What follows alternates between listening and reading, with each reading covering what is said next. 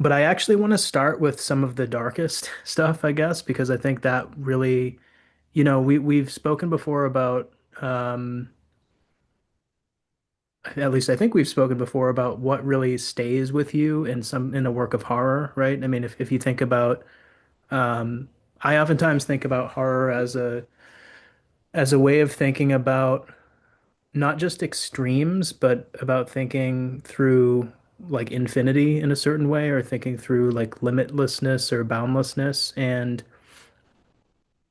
I mean, to play a little bit kind of fast and loose with it, I won't spend too much time on it, but I see there being like there's like kind of two different versions of that, right? There's the accumulative kind of plus one infinity where you just need to always be getting one more or getting to the next thing or whatever. And I think that this is um this is like the doom scrolling version of darkness, right? If you were watching through like, what's the next darkest horror movie that I could possibly watch that's more extreme or more gory or explicit or whatever, right?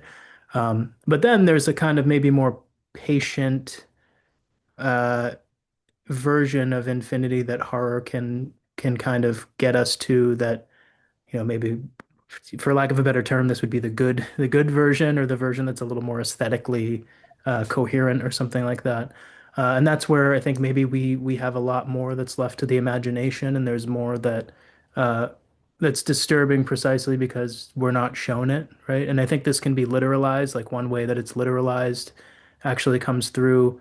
And again, this is a paradox because the jump scare is maybe a version of that, like that bad horror, right? Or that kind of like, cliche in horror films or horror games. But that jump scare that I think I mentioned as looking like a kind of blank face comes to the fore really pretty specifically in the second half of the game, where you find out that that kind of ends up being Hineko's like alter ego as a kind of wolf being thing, but it has no face, which I think, again, literalizes that thing. I mean, something without a face is viscerally disturbing, so it is disturbing, but it also points to something that's just not there, right? It's just a face that isn't there. It's this kind of like scabbed over or burnt away face or whatever, and we don't really have, I think, too much of an explanation for why. I think the game would have been much less disturbing if it was just a wolf face, or like a scary, angry looking wolf or something that would not really be successful. But having it be this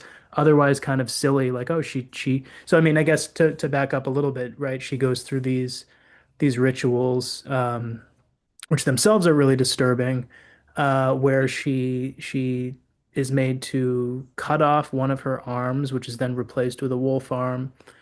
She's branded on her back, and then she has the top part of her face cut away, and this like mask is affixed permanently to her face.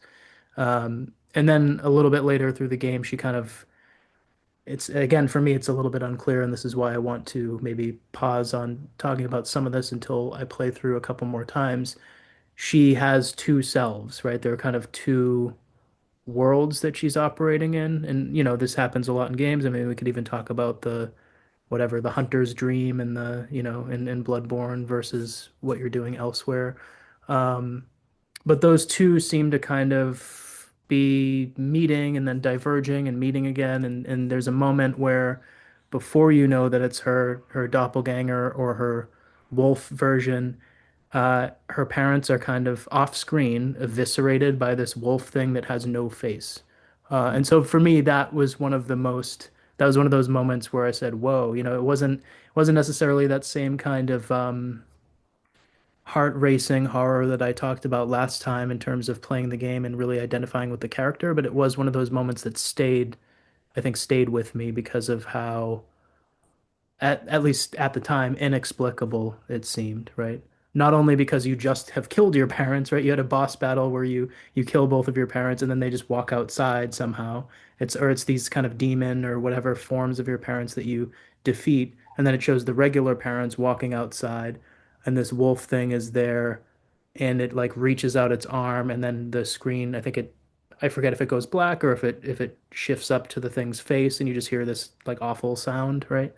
Um, so that to me felt like a real turning point of the game, and that's after you leave Haneko's house, right? So there's a whole big section of the game where you're kind of making your way through these different versions of her house. I think there are three different versions that you kind of keep looping back, eventually to defeat her parents.